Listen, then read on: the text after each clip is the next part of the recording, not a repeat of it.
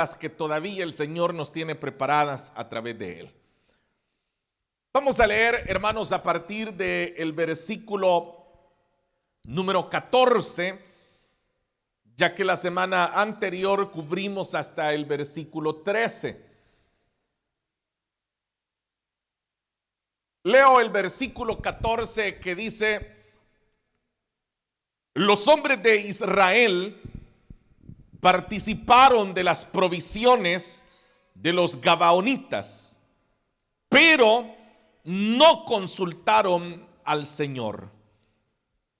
Entonces Josué hizo con ellos un tratado de ayuda mutua y se comprometió a perdonarles la vida. Y los jefes israelitas ratificaron el tratado.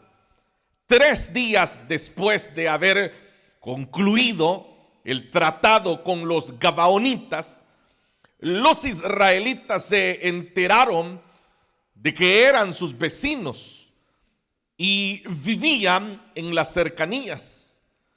Por eso se pusieron en marcha y al tercer día llegaron a sus ciudades: Gabaón, Cafira, Berot y Kiriat Jearim.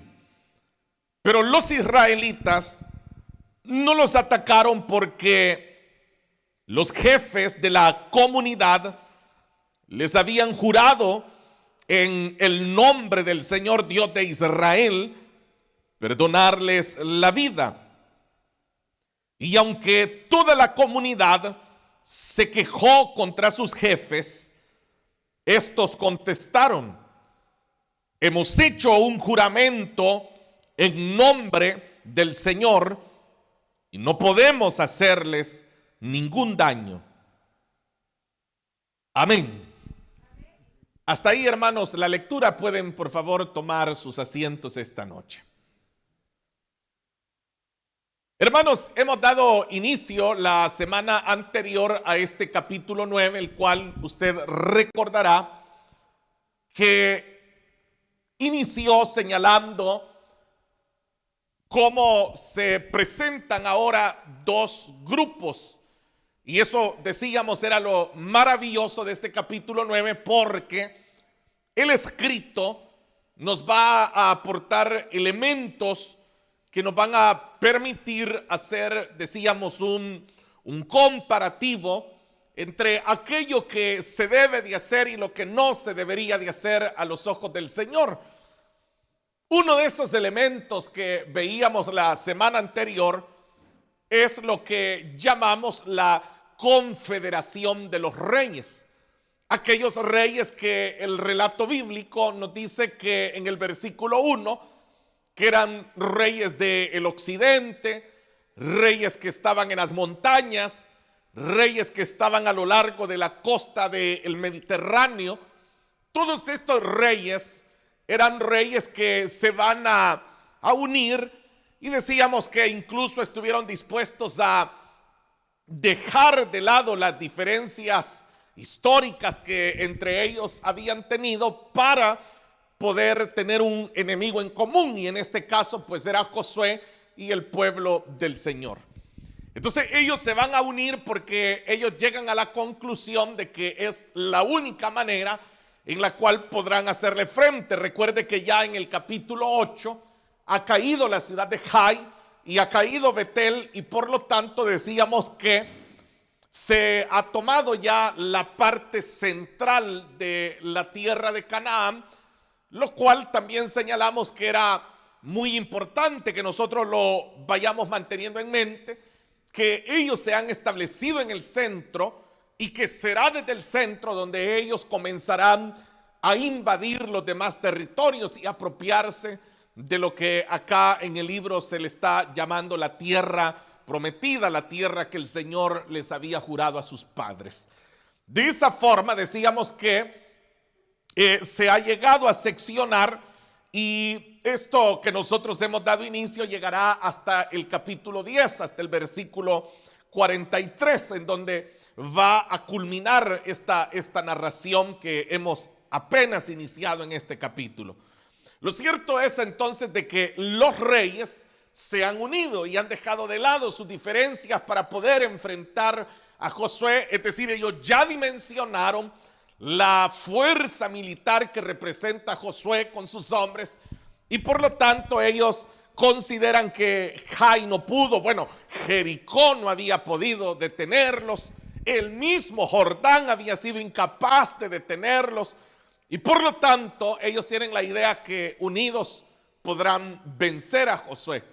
Pero por otro lado, decíamos, está un segundo elemento, el cual era la comitiva que es enviada desde Gabaón, la cual ya explicamos era una ciudad-estado, y eso era lo que sucedía en la tierra de Canaán. Expliqué que habían ciudades-estado, es decir, estas ciudades tenían su rey, y ya lo vamos a ver más adelante que en el caso de Gabaón, aunque recuerdo que la semana anterior les hice ver el versículo 2 del capítulo 10, en donde se hace una pequeña narración de lo grande que era Gabaón y lo importante que era la ciudad, porque hice la aclaración de que no era que Gabaón va a buscar un tratado de paz con Josué porque ellos eran un pueblo pequeño, eran un pueblo débil, y porque su ejército era débil y por lo tanto lo mejor para ellos era llegar a un acuerdo diplomático con Josué antes que ir a la guerra. No era así. Decíamos que en el caso de Gabaón es una ciudad muy grande, era un tetrarcado, porque como lo vamos a ver en los siguientes versículos, eran 4 ciudades las que componían a este ciudad-estado. Entonces, y en el versículo 2 del capítulo 10 dijimos y mencionamos el caso del rey Adonisedec, que él va a decir que era una ciudad importante, era una ciudad muy grande y aparte que tenía un ejército poderoso. Entonces ese es el segundo elemento que se nos ha provisto, y como digo, el escrito sagrado nos permite hacer eso. Nos permite tener un comparativo entre la confederación de reyes que van a ir a batallar contra Josué y por otro lado la comitiva de los gabaonitas que van a buscar ese tratado con Josué.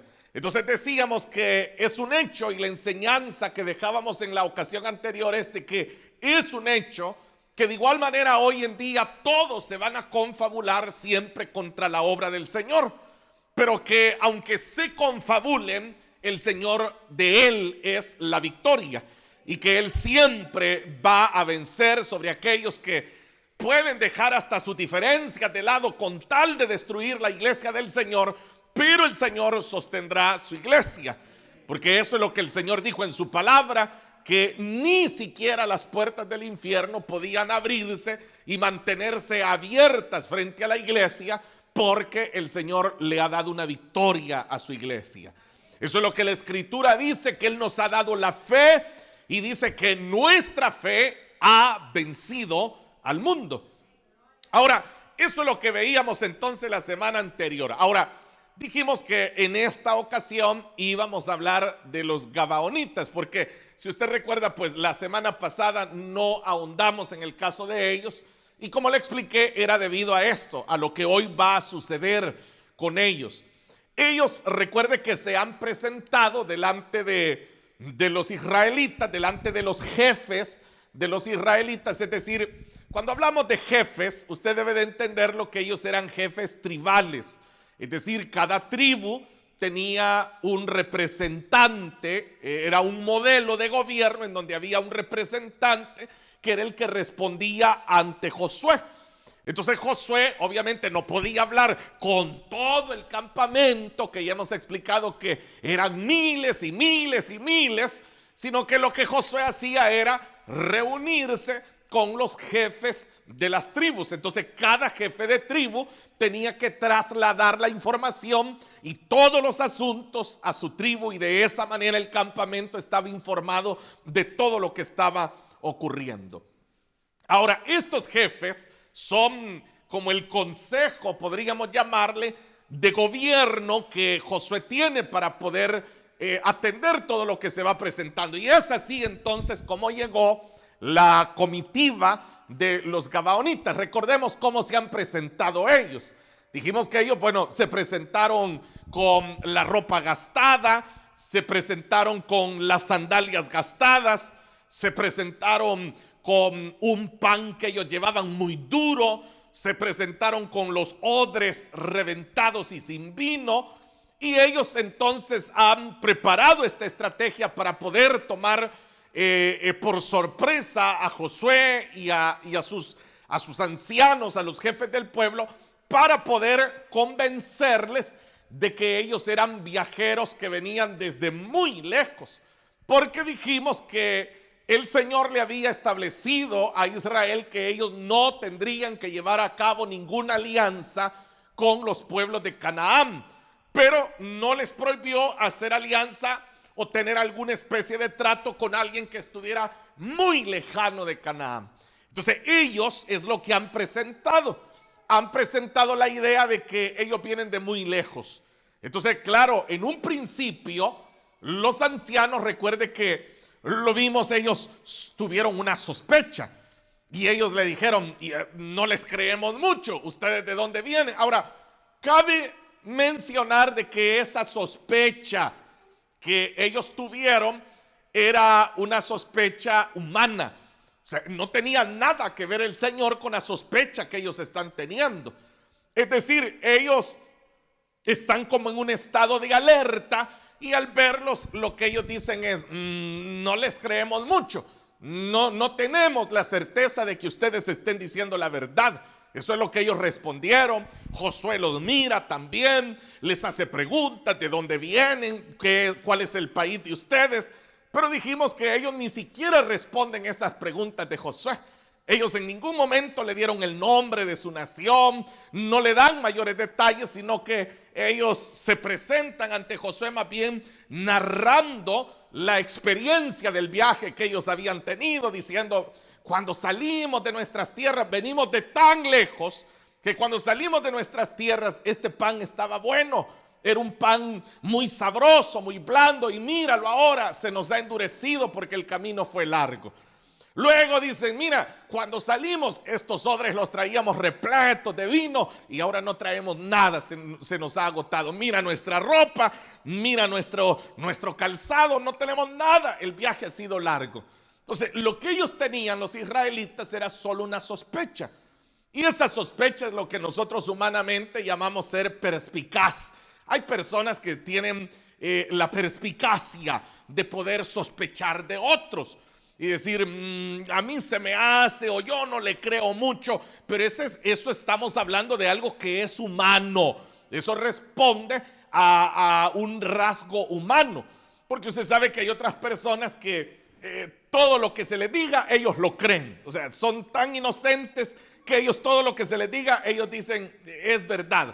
Así como el caso de los niños, ¿verdad? Usted sabe que los niños, por eso todos los niños, si usted habla con un niño, los niños quieren ser astronautas, por ejemplo, porque, o sea, para ellos ir a la luna es como algo muy fácil, muy sencillo. Entonces, hay personas que son así, pero hay personas que son más perspicaces, son como más audaces. Entonces, por ejemplo, ven a los ojos a la persona con la que están hablando. Otros hasta le ven las manos a ver si no le están sudando las manos al que está hablando con ellos. De todo sospechan, todo les parece sospechoso, pero es humano. Es humano, es un rasgo humano, y eso fue lo que sucedió con ellos, porque lo que ellos tenían era eso, solamente una sospecha humana, nada más. Pero, ¿qué fue lo que sucedió? Y es ahí donde entonces retomamos esta noche el versículo número 14. Dice, los hombres de Israel participaron de las provisiones de los gabaonitas. Lo primero, acá se nos presenta ya un problema de interpretación del texto, porque si usted presta atención a la lectura, dice que los hombres de Israel, y acá vuelvo a mencionar, acá se está refiriendo a los príncipes del pueblo una vez más, es decir, a los jefes que representaban a cada tribu. Entonces dice, los hombres de Israel participaron de las provisiones de los gabaonitas. Pero esto usted tiene que preguntarse, ¿cuáles provisiones? ¿Cuáles provisiones? Porque acabamos de decir que no llevaban provisiones, que el pan que ellos llevaban dice que era un pan que se había hecho migajas, estaba endurecido, porque recuerde que la idea de ellos era poder aparentar ante Josué que el viaje de ellos había sido un viaje sumamente largo. Entonces no llevaban vino porque los odres estaban reventados, estaban vacíos. Entonces, ¿cuáles provisiones? Entonces, lo que realmente el texto está sugiriendo es una costumbre, y es una costumbre oriental. Es decir, lo que el texto seguramente nos está indicando es que los jefes de las tribus le permitieron a esta comitiva de los gabaonitas entrar al campamento. Y lo que ellos hicieron en realidad fue ellos compartir sus provisiones con los gabaonitas, porque como ellos decían, bueno, ha sido tan largo nuestro viaje y nosotros no traíamos ya comida, no traíamos nada. Entonces, en realidad lo que ha sucedido es que cuando acá dice que tomaron de las provisiones, es que los tomaron a ellos y les permitieron ingresar al campamento. Y ellos son quienes realmente les alimentan, ellos son quienes... Esto en realidad era una señal inequívoca de amistad y paz. Eso es lo que ellos estaban haciendo, les estaban... lo que hoy nosotros en nuestros tiempos podríamos hacer, por ejemplo, al darnos la mano, ¿verdad? Nos damos la mano, comemos juntos, y eso es una señal de amistad, de paz entre nosotros. Entonces, eso fue lo que realmente ellos hicieron. Ellos les permiten entrar, los reciben. Ahora, pero el versículo inmediatamente nos va a señalar lo siguiente. Dice, pero no consultaron al Señor. Entonces, por eso le hice mención de la sospecha, porque lo que ellos habían tenido primero era una sospecha, pero ahora es diferente. El texto lo que me está diciendo es de forma muy clara que ellos jamás le preguntaron al Señor con respecto a los gabaonitas. Nunca ellos le preguntaron al Señor con respecto a ellos.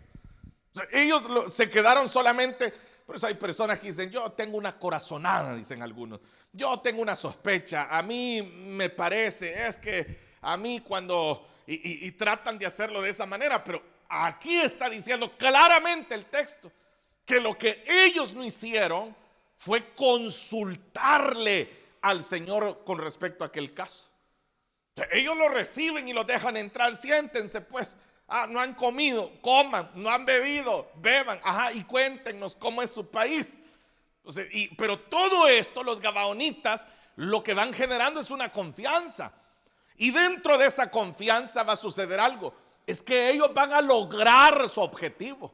Y el objetivo es salir de allí del campamento de Israel con un tratado de paz. Eso es todo lo que ellos están buscando, salir de allí con un tratado de paz. Entonces, más adelante vamos a ver qué era lo que realmente a ellos les había motivado a buscar ese tratado de paz. Porque como ya dijimos, ellos tenían un ejército grande. Eran una ciudad poderosa, rica, grande. ¿Por qué ellos estaban buscando un tratado de paz con los israelitas? No sé si a este punto usted, que es buen estudiante de la Biblia, no se ha preguntado ¿por qué no se unieron más bien a la confederación de los otros reyes? ¿Por qué ellos no dijeron, bueno, nos vamos a unir con ustedes? Ya que nosotros somos una ciudad tan grande y tenemos un gran ejército, nos vamos a unir. Es más, hasta podrían haber reclamado el mando del ejército que se había conformado, porque recuerde lo que dice el versículo 2 que leímos, que se unieron ¿bajo qué? Bajo un solo mando se habían unido todos los otros reyes. Entonces quiere decir que estos podrían haber hasta reclamado tener ellos el mando porque tenían un ejército grande, pero no lo hicieron.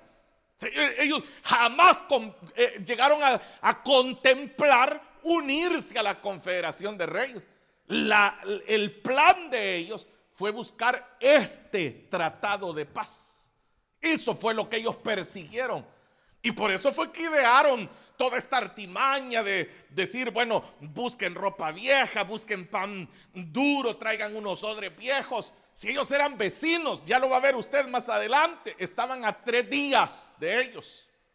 O sea, ellos en realidad estaban vecinos, ahí cerquita estaban del campamento de los israelitas. ¿Por qué ellos no buscaron aliarse a la confederación de los otros reyes, sino que ellos lo que buscan es un tratado de paz? Bueno, eso lo vamos a ver la próxima semana cuando revisemos los versículos que nos quedan pendientes desde el versículo 20 hasta el versículo 27. Ahí encontraremos la respuesta a esto que le estoy diciendo. Ahora bien, volviendo a este punto, ellos han entrado y están logrando su objetivo. Lo están logrando porque van a lograr salir del campamento de los israelitas con el tratado de paz que ellos requieren. Pero ahí hay un problema, ellos van a ganar. Pero ve el caso de Israel. El versículo dice claramente, no consultaron al Señor. Y esto nos recuerda algo. Y es de que el modelo de gobierno de ellos era un modelo teocrático. Es decir, que quien gobernaba era Dios. No era ni siquiera Josué quien gobernaba.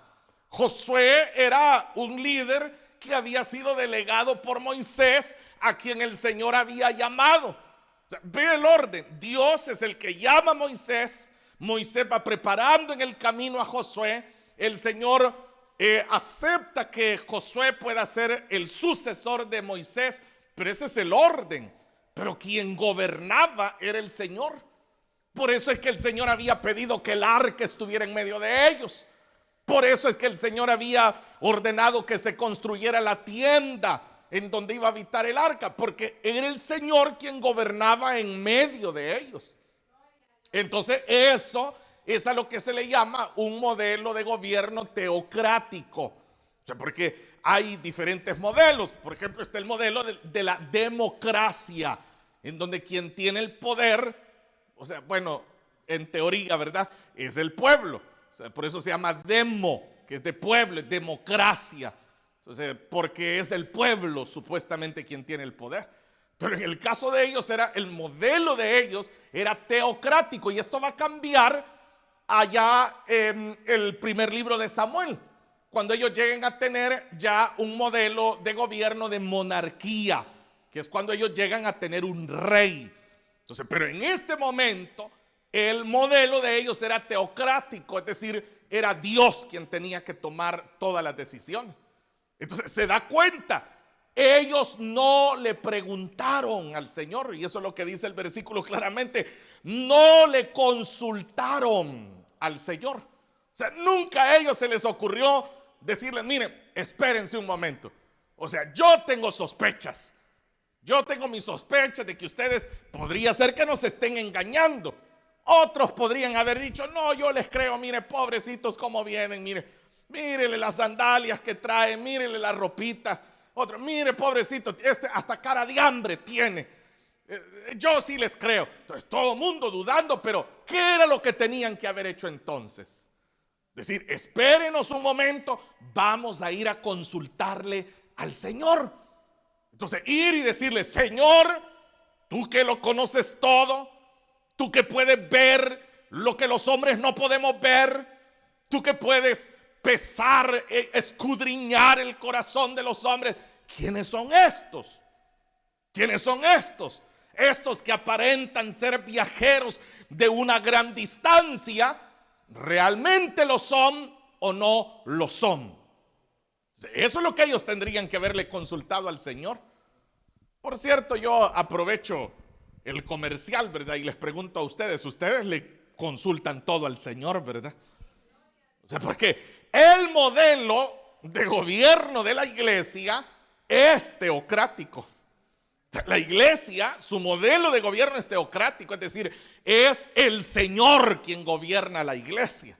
O sea, no es el pastor, no son los ancianos, no son los directivos, porque como hay iglesias que tienen diferentes modelos de gobierno, es decir, algunos lo tienen por asuntos de Estado, por ejemplo. Si usted no lo sabía, una iglesia que se inscribe ante el Estado, porque hay iglesias que no están inscritas ante el Estado, pero si uno se inscribe ante el Estado, entonces uno debe de presentar una una directiva, porque claro, el Estado no entiende de que uno le diga, mire, nuestra iglesia está gobernada así, hay un pastor, hay un consejo de ancianos. Y dice, ¿qué es eso de ancianos?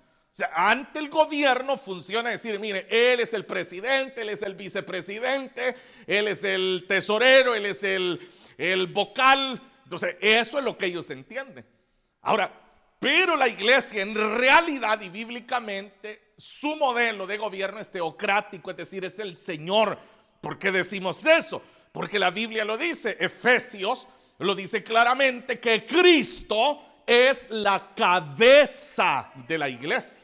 Entonces quiere decir que quien debe de tomar las decisiones en la iglesia es el Señor. Es el Señor quien tiene que tomar las decisiones de la iglesia. Por eso es que es necesario tener autoridades en las iglesias que realmente estén siendo guiadas por el Señor para tomar las decisiones conforme a la voluntad del Señor y no conforme a la voluntad de los hombres. Entonces, eso es lo que sucedió. Que acá era teocrático, pero ellos van a actuar como si hubiese sido democrático el gobierno. Es decir, ellos toman la decisión. Ellos son los que van a decidir. Yo por eso siempre he dicho, ¿se imagina usted que acá en la iglesia para tomar una decisión los tuviéramos que llamar a todos, ¿verdad? Para tomar una decisión. O sea, en primer lugar, es imposible que puedan estar todos el mismo día para comenzar, ¿verdad? Usted sabe que unos vienen miércoles, el que vino miércoles no viene viernes, hay otros que vienen un domingo sí, un domingo no, otro estaría enfermo. Y luego, pero asumiendo nosotros que estamos todos, hermanos, los que tienen su membresía dentro de la iglesia, estamos todos acá. Entonces, ¿se imagina querer decidir algo entre todos?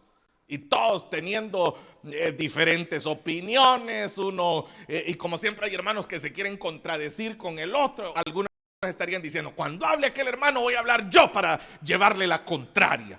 Entonces, eso sería un desastre, y como el Señor lo sabe, es Él la cabeza de la iglesia. Es Él quien gobierna su iglesia. Entonces, vea, esto fue lo que sucedió y el versículo lo dice, pero no consultaron al Señor. Entonces, en otras palabras, ellos ignoraron al Señor. No lo tomaron en cuenta. Y ellos creyeron en lo que estaban viendo. En eso creyeron, en lo que ellos estaban viendo. Y no tomaron en cuenta al Señor, no consultaron con el Señor. Por eso le hice la pregunta, ¿usted está consultando lo que hace con el Señor? ¿Usted está seguro que cada paso que da es el Señor quien le ha aprobado hacer lo que usted está haciendo? Cuando usted va a dar un paso, usted no lo da si el Señor no le ha mostrado su voluntad, no le ha dado señales, no le ha indicado. O es usted quien está tomando sus propias decisiones. Es usted quien decide hacer las cosas como a usted le parece. Pues se va a dar cuenta lo que sucede cuando alguien toma las decisiones de acuerdo a su parecer. Y oiga lo que dice el versículo 15. Entonces Josué hizo con ellos un tratado, que era lo que ellos necesitaban. Ellos están logrando su objetivo. Y lo están logrando por medio de un Josué y de los israelitas, de los jefes de los israelitas, que no consultaron al Señor. Dice, lograron ese acuerdo, un tratado, y oiga cómo era el tratado, de ayuda mutua. Y, es decir, Josué como líder se comprometió a perdonarles la vida. Porque eso era lo que ellos querían. Por eso le dije, la otra semana va a entender por qué ellos temían por su vida. Porque ya dijimos, era una ciudad grande. ¿Por qué no decidieron pelear contra los israelitas? ¿Por qué no dijeron, bueno, mejor morimos valientemente y no quedar vivos y siendo esclavos? O sea, ¿por qué no tomaron esa decisión? Ellos están velando por conservar la vida y han llevado eso al extremo de engañar a los israelitas. Pero Josué, y ahora vemos a Josué, porque eso me dice el texto, que es Josué quien está llevando a cabo el tratado con ellos. Y vea cómo cierra el versículo. Y los jefes israelitas ratificaron el tratado. O sea, eso le da un carácter oficial al tratado. O sea, es decir, que Josué está cerrando el trato con ellos. Sí, hago un trato. O sea, todo era esto. Véanlo ustedes de una perspectiva diplomática. Entonces, son los tratados que hasta la fecha se siguen firmando las naciones. Firman tratados de cooperación, tratados de libre comercio. Entonces, los gabaonitas se han salido con la suya porque se van a ir de ahí felices con el tratado. Pero aquellos, o sea, ni cuenta se dieron cuando ya habían firmado. Ni cuenta se dieron. Porque como no le consultaron al Señor, no tomaron en cuenta al Señor, o sea, lo hicieron ellos. Josué, yo le veo cara de buena gente a estos. Y los ancianos dijeron, con que Josué, que es Josué, les está firmando, cuente conmigo, hermano. Todos ahí se fueron, hermanos. Todos se fueron en el mismo tobogán, todos ahí. Y los gabaonitas felices dijeron, cayeron redonditos estos hermanos. Redonditos. ¿Cuántas veces ha caído redondito usted también?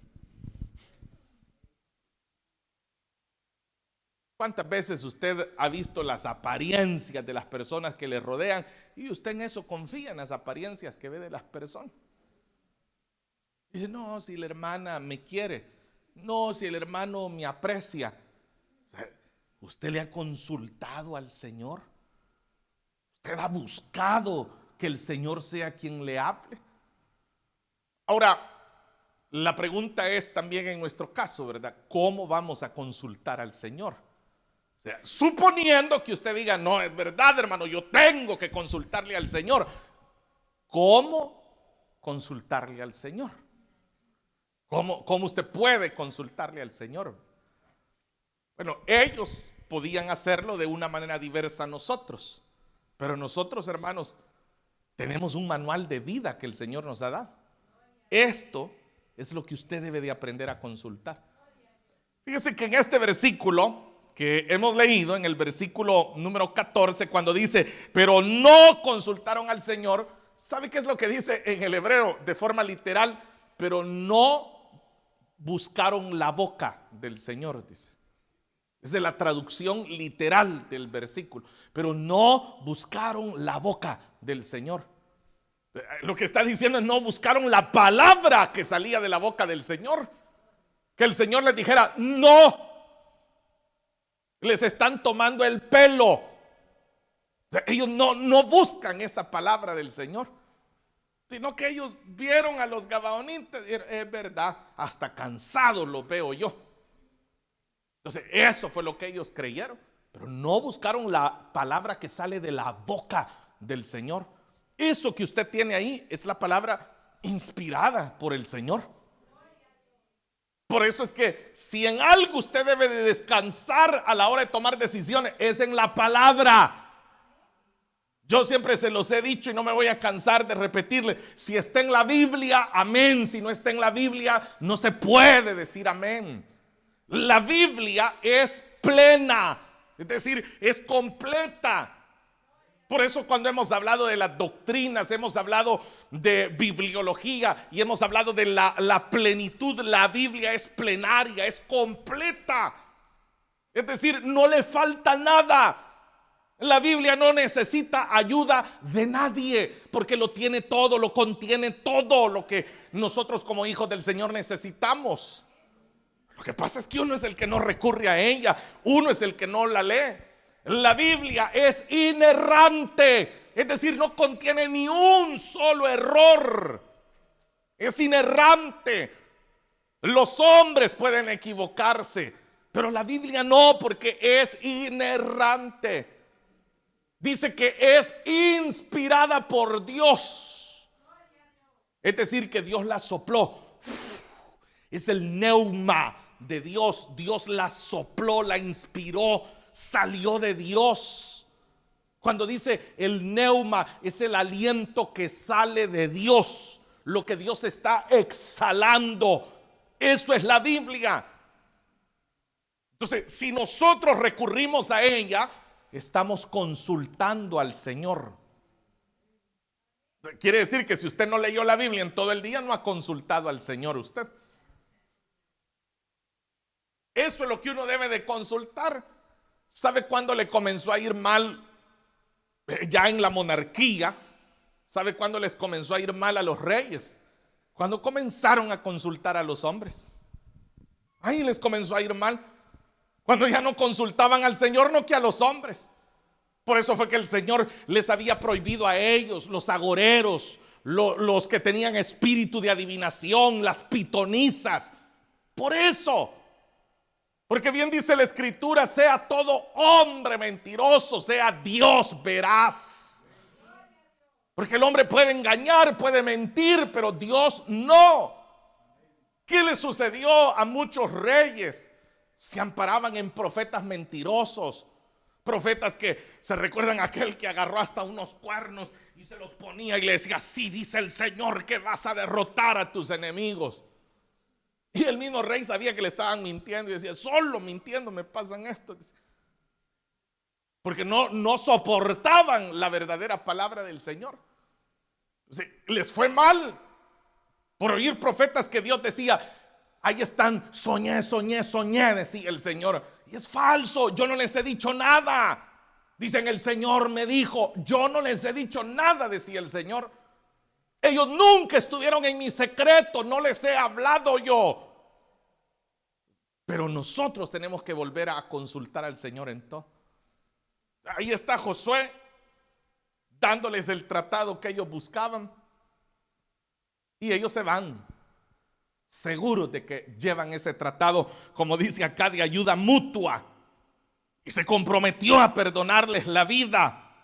Y los jefes israelitas ratificaron el acuerdo, porque como uno confía, ¿verdad?, también en sus líderes. Entonces, claro, ellos confiaron y dijeron, sí, está bien, dijeron, pobrecitos, ¿verdad? Pero vea lo que dice el siguiente versículo. 3 días después de haber concluido el tratado con los gabaonitas, los israelitas se enteraron de que eran sus vecinos y vivían en las cercanías. 3 días después se dieron cuenta. El texto no infiere en la manera en que ellos se dieron cuenta, porque como no es el propósito, ¿verdad? No es una novela la que estamos leyendo. No nos dice de qué manera se enteraron, pero sí nos hace saber que 3 días después se dieron cuenta que los habían engañado y que habían firmado, habían llegado a un tratado con los vecinos que tenían ahí cerca, a un par de kilómetros de ellos. Entonces, ¿qué fue lo que hicieron ellos? Dice el versículo 17, por eso se pusieron en marcha. Y al tercer día, por eso le digo, estaban a 3 días nada más. Y al tercer día llegaron a sus ciudades. Y ahora sí se menciona el tetrarcado. La primera ciudad se llamaba Gabaón, la segunda Cafira, Berot y Kiriat Jearim. Eran los nombres de las 4 ciudades-estado que componían el reino. Entonces ellos van a buscarlos. Ahora ellos se sienten burlados. Ahora ellos se sienten ofendidos. Y entonces la idea de ellos es, vamos a ir a buscarlos y que nos lo digan en la cara que nos mintieron. Sí, pero el tratado ya había sido firmado. Ya ellos habían logrado su objetivo. Yo creo que lo que Josué y los líderes del pueblo sentían en realidad era un enojo, pero con ellos mismos. No con Dios, ni con los gabaonitas, tal vez, bueno, con ellos sí, pero era más con ellos. Era como decir, ¿cómo pude yo creerles? ¿Por qué no se me ocurrió pedir consejo? ¿Por qué no busqué lo que la Biblia me decía? ¿Por qué? Eso era todo lo que ahora podían hacer. Esa es la famosa frase que todo el mundo tiene de si hubiera. Si yo hubiera, si hubiera, sí, pero ya no sirve de nada. Ya no había retroceso. Ya lo vamos a ver por qué, porque ellos no solamente habían hecho un tratado, sino que cuando dice que lo ratificaron es que habían hecho un juramento y lo habían hecho en el nombre del Señor, habían hecho el juramento. Ya no podían ellos ir en contra de su palabra. Entonces llegan en el versículo 17, por eso se pusieron en marcha y al tercer día llegaron a sus ciudades. Pero dice el versículo 18, los israelitas no los atacaron, es decir, a los gabaonitas, porque los jefes de la comunidad, es decir, de la comunidad israelita, les habían jurado, y aquí dice, en el nombre del Señor Dios de Israel, perdonarles la vida. Entonces, vea, ya había un juramento. Y ellos sabían que no podían romper porque ese juramento lo habían hecho ante el Señor y en el nombre del Señor. Claro, lo que les quedaba era la insatisfacción, el enojo, la vergüenza, pero ya no lo podían deshacer. Ya no había forma de retractarse porque hasta lo habían jurado en el nombre del Señor. Allí están frente a las ciudades ya de Gabaón y podrían haberlas destruido, pero no podían. No podían porque aquellos se amparaban. Ustedes nos dieron este tratado. Ustedes nos dieron el tratado de ayuda mutua. Josué, su líder, nos hizo el trato y dijo que era de ayuda mutua. Y ya lo va a ver en el capítulo 10. Van a cobrar esa cláusula después ellos. Porque ellos van a necesitar de los israelitas y van a cobrar esa ayuda mutua. ¿Se acuerdan que ustedes nos dijeron? Así como aquellos que siempre andan, ya sabe hermano, cualquier cosa estamos a la orden. Y el día que le dicen, hermano, como usted me dijo que estaba a la orden, ahí ya se preocupan, ¿verdad? Sí, pero yo decía para orar, ¿verdad? Bueno, entonces, si no va a colaborar, deje de andarse poniendo a la orden. Deje de andarle diciendo a todo el mundo, ya sabe, para eso estamos, hermano. Ya sabe, hermano, que a un hermano no se deja solo. O sea, algún día lo van a buscar y va a tener que responder, ¿verdad? No dijeron ni amén, ya se asustaron. Entonces, ahora, el punto, hermanos, es de que no se puede romper el juramento. Y ahí están frente a la ciudad, pero no pueden hacer nada. No pueden, están amarrados, no pueden hacer nada. Tienen aquellos habitantes un tratado. Pero note cómo termina el versículo 18.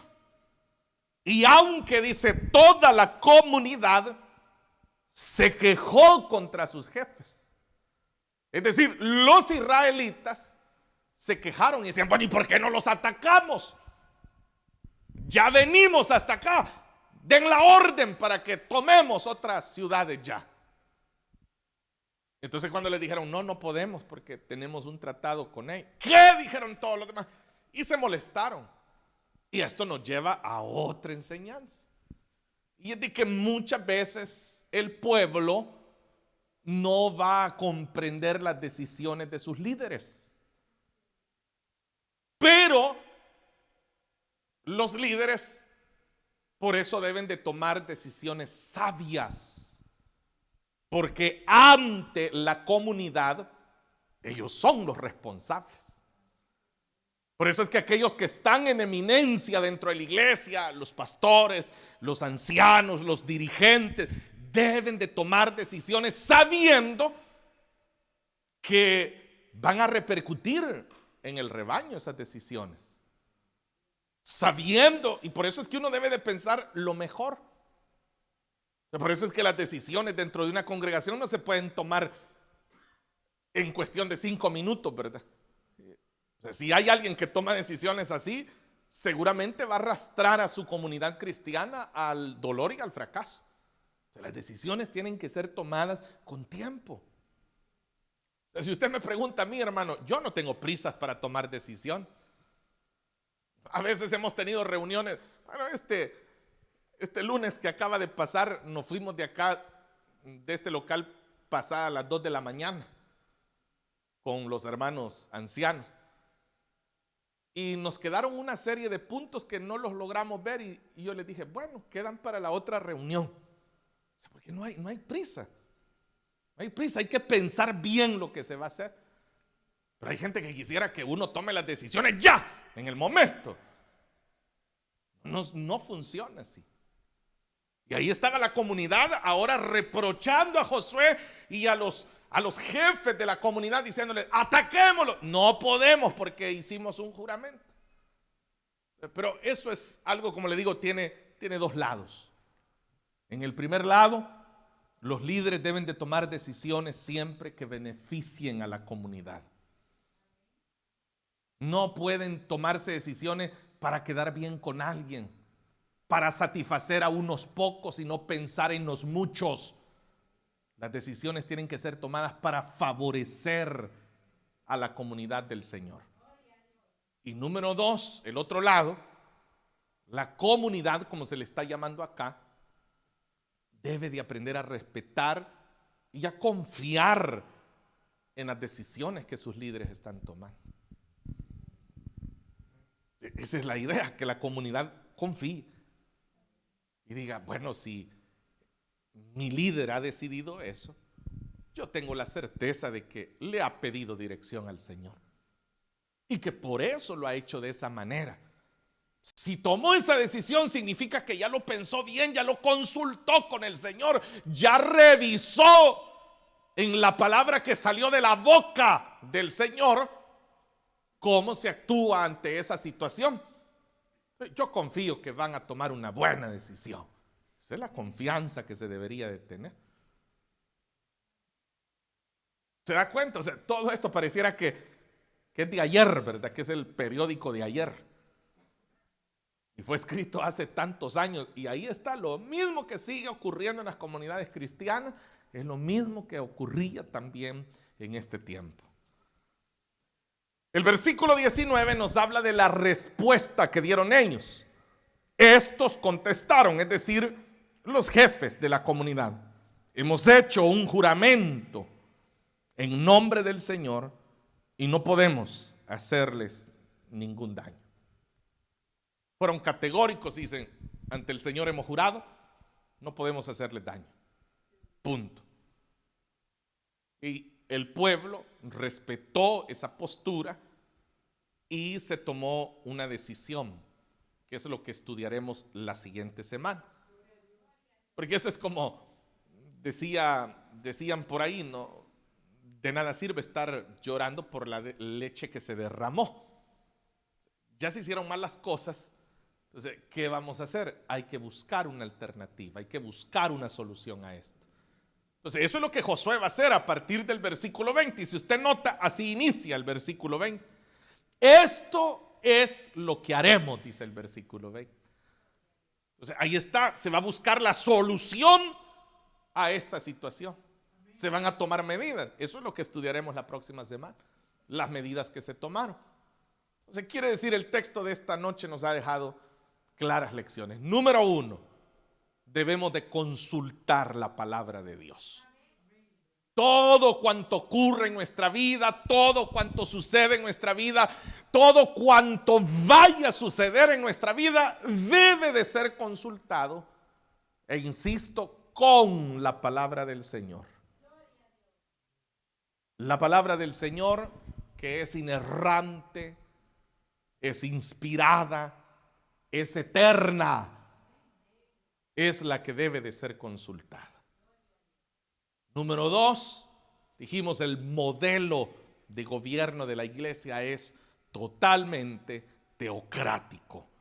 Cristo es la cabeza de la iglesia.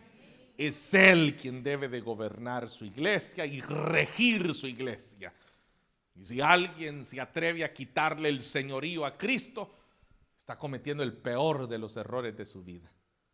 Por eso es que estamos en una época en donde hay pastores que se atreven a decir mi iglesia, dicen, cuando hablan de sus congregaciones. La iglesia tiene dueño. El dueño la compró a precio de sangre, dice la Escritura. A Él le pertenece. Entonces, Él es la cabeza. Y por eso es que las autoridades que son puestas por Él deben de ser sabios al momento de tomar medidas, porque a Él responderán. y porque las medidas que se tomen, como dije, deben de beneficiar a la comunidad cristiana. Y por último, solo señalo que todo aquello que nosotros nos hemos comprometido a hacer, debemos de sostener nuestra palabra. Debemos de aprender a sostener lo que hemos dicho, lo que hemos prometido.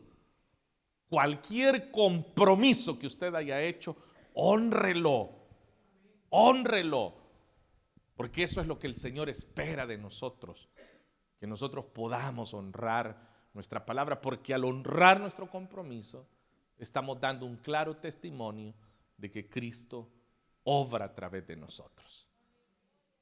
Si el Señor nos da la vida, hermanos, la próxima semana, entonces veremos algunas respuestas a las inquietudes que todavía nos van quedando. Que el Señor nos ayude, hermanos, a depender siempre de Él, a consultarle en todo momento, para que nadie nos tome por sorpresa, sino que por el contrario, el Señor siempre nos esté hablando en todo momento. Amén. Vamos a hacer una oración, hermanos, esta noche. Les invito a que cerremos nuestros ojos y vamos a dar gracias al Señor. Señor y Dios, gracias te damos por la bendición que nos has concedido en esta noche de presentarnos ante tu buena palabra, la cual, Señor, disfrutamos ampliamente, la cual la recibimos, Señor, con tanta alegría, sabiendo, Señor, que tu consejo siempre llega a tiempo a nuestra vida. Tú eres quien advierte, eres quien guía, eres quien revela, eres quien cuida de nuestro caminar. Ayuda, Señor, a cada uno de estos tus hijos a depender de tu buena palabra.